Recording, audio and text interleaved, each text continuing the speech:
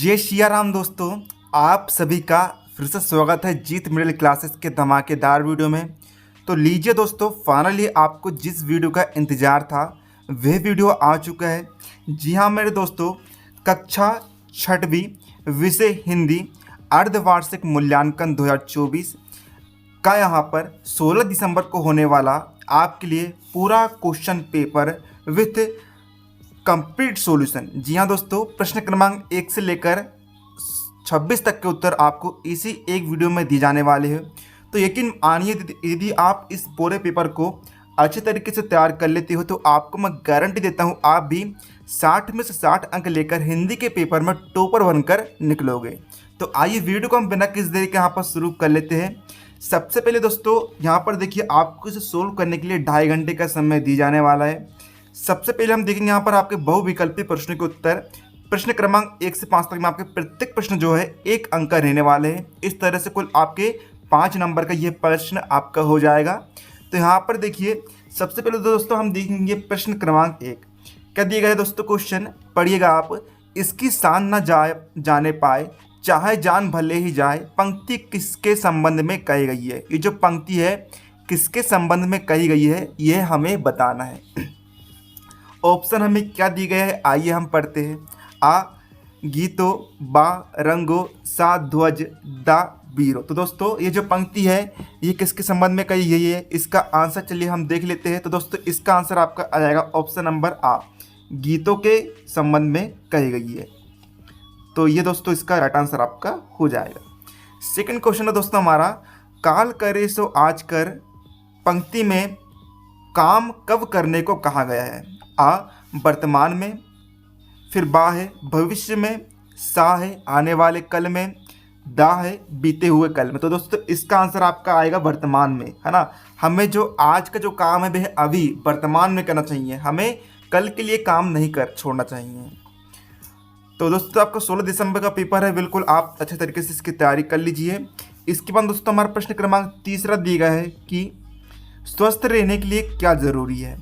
ए संतुलित भोजन, बी संतुलित भोजन, सी अधिक सोना, डी काम न करना। तो दोस्तों इसका राइट आंसर आपका हो जाएगा option number C, option number B. दोस्तों संतुलित भोजन इसका यहाँ पर आपका राइट आंसर हो जाएगा। अब दोस्तों देखिए नेक्स्ट क्वेश्चन है आपका, तानसेन के गुरु का क्या नाम था। तो दोस्तों ए है अकबर, बी हरिदास, सी रूपा, डी तानसेन। तो दोस्तों इसका राइट आंसर होगा आपका ऑप्शन नंबर बी, तानसेन जो है तानसेन के गुरु का नाम था। प्रश्न 5वां है, पढ़ना न लिखना शब्द क्या है। ए संज्ञा शब्द, बी क्रिया शब्द, सी सर्वनाम, डी विशेषण। तो दोस्तों इसका आपका राइट आंसर आपका यहाँ पर हो जाएगा, पढ़ना लिखना जो है क्या होगा दोस्तों आपका क्रिया शब्द आपका हो जाएगा। अब दोस्तों यहाँ पर देखिए आपके सही विकल्प यहाँ पर कंप्लीट हो चुका है इस तरीके से। अब हम बढ़ेंगे यहाँ पर रिक्त स्थान वाले प्रश्नों की ओर। तो देखिए यहाँ पर भी आपका प्रत्येक प्रश्न जो है 1 अंक रहने वाला। तो देखिए प्रश्न क्रमांक 6वां हमें क्या दिया गया था दोस्तों, बसंत ने जंगल को रिक्त स्थान कहा है। तो दोस्तों यहाँ पर आप उत्तर में लिखेंगे अपना घर, ये इसका यहाँ पर आपका सही उत्तर होगा। 7वां क्वेश्चन है दोस्तों, मीराबाई की भक्ति रिक्त स्थान भाव की है। तो दोस्तों यहाँ पर आपका होगा रति भाव या फिर दास भाव, अभी आप कह सकते हैं। इसके बाद प्रश्न 8वां है, भारतीय रुपये का प्रतीक चिन्ह कौन सी लिपि से लिया गया है। तो दोस्तों ये होगा आपका उत्तर, आप लिखेंगे यहाँ पर देवनागरी। 9वां है, आकाश तत्व प्राप्ति का मुख्य साधन रिक्त स्थान बताया गया है। तो दोस्तों ये आपका आंसर होगा आपका, आप यहाँ पर लिखेंगे उपवास को। अब चलिए दोस्तों हम बढ़ते हैं यहाँ पर आगे की ओर। तो देखिएगा आप यहाँ पर प्रश्न 10वां है, संज्ञा शब्दों के स्थान में प्रयोग आने वाले शब्द लिखिए। तो वे कौन से शब्द कहलाते हैं दोस्तों, सर्वनाम कहलाते हैं। तो आप यहाँ पर उत्तर में लिखेंगे सर्वनाम। तो यहाँ पर दोस्तों हमारे रिक्त स्थान वाले क्वेश्चन भी कंप्लीट। अब हम बढ़ते हैं यहाँ पर अति लघु उत्तरीय प्रश्न की ओर। प्रत्येक प्रश्न आपका यहाँ पर 2 अंक का रहने वाला है। तो देखिएगा आप यहाँ पर सबसे पहले दोस्तों हमें देखिए प्रश्न 11वां दिया गया है, हमें पथ की बाधाओं से निकलने के लिए क्या करना चाहिए। तो दोस्तों आइए इसका उत्तर हम देखेंगे। तो दोस्तों इसका आंसर आप लिखेंगे, इसका आंसर दोस्तों आपको लिखना है, सबसे पहले कार्य शुरू करना चाहिए और फिर बिना रुके हुए आगे बढ़ते रहना चाहिए। अब दोस्तों प्रश्न बार बार आपका, तिरंगे को देखकर वीरों के मन में कौन कौन से भाव जागृत होते हैं? तो दोस्तों इसका आंसर आप लिखेंगे, साहस, शक्ति, जोश व देशभक्ति के भाव जागृत होते हैं। इसके बाद दोस्तों प्रश्न 13 है आपका, अर्जुन भ्रम में क्यों पड़ गया? तो दोस्तों इसका उत्तर आप लिख देंगे, जब अर्जुन ने दोनों ओर युद्ध के लिए तैयार अपने सगे संबंधियों को देखा तो वह मोह पास में पड़कर भ्रमित हो गए। प्रश्न 14 है, Tata institute of fundamental research नामक संस्था की स्थापना क्यों की गई? तो दोस्तों इसका उत्तर आप लिखेंगे, अणु शक्ति का रचनात्मक उपयोग करने के लिए। दोस्तों सॉल्यूशन की पीडीएफ डाउनलोड करने के लिए डिस्क्रिप्शन में दी गई लिंक पर आपको क्लिक करना है, तो आप पीडीएफ को आसानी से डाउनलोड कर पाएंगे। अब दोस्तों प्रश्न 15 है यहाँ पर, बाबा भारती के घोड़े की क्या विशेषताएं थी? तो दोस्तों इसका उत्तर आप लिखेंगे, वह दिखने में बहुत ही सुंदर था, उसकी चाल बहुत ही तेज थी। इसके बाद 16वां क्वेश्चन है, यहाँ पर आपको इन शब्दों की शुद्ध वर्तनी लिखना है। तो दोस्तों यहाँ पर आप लिख देंगे इस तरीके से, देखिए दिवस का दिवस, इस तरह आपको दोस्तों लिख देना है। अब हम बढ़ते हैं, देखिए लघुत्तरीय प्रश्न आपके स्टार्ट यहाँ पर हो जाते हैं।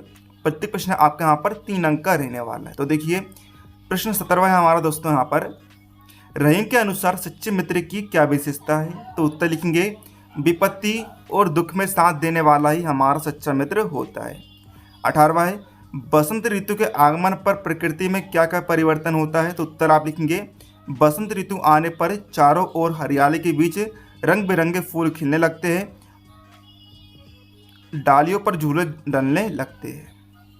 इसके बाद देखिए दोस्तों 19वां क्वेश्चन आपका दिया है, स्वामी हरिदास और तानसेन के गायन में मुख्य अंतर क्या है? तो दोस्तों इसको उत्तर लिखेंगे, तानसेन अकबर को खुश करने के लिए गाते थे, जबकि स्वामी हरिदास भगवान श्री कृष्ण को रिझाने के लिए गाते थे। यही दोनों में अंतर है। इसके बाद दोस्तों हमारा यहाँ पर देखिएगा अगला क्वेश्चन है, कान पक जाने मुहावरे का अर्थ स्पष्ट करते हुए वाक्य में प्रयोग कीजिए। तो दोस्तों इसको उत्तर आप लिखेंगे, इसका अर्थ होता है परेशान हो जाना। वाक्य में प्रयोग आप इस तरीके से कर देंगे, रामू की एक ही बात बार बार सुनकर मेरे कान पक गए। इसके बाद दोस्तों 21वें क्वेश्चन में देखिए आपको यहाँ पर, इन देशों की मुद्रा को आपको अंतर्राष्ट्रीय प्रतीकों का आपको नाम लिखना। तो देखिए पहला आपको दिया है अमेरिका, तो दोस्तों इसकी मुद्रा का नाम होता है, अंतर्राष्ट्रीय प्रतीक होता है दोस्तों अमेरिकी डॉलर, ब्रिटेन का पाउंड, जापान का येन और यूरोपीय संघ का यूरो।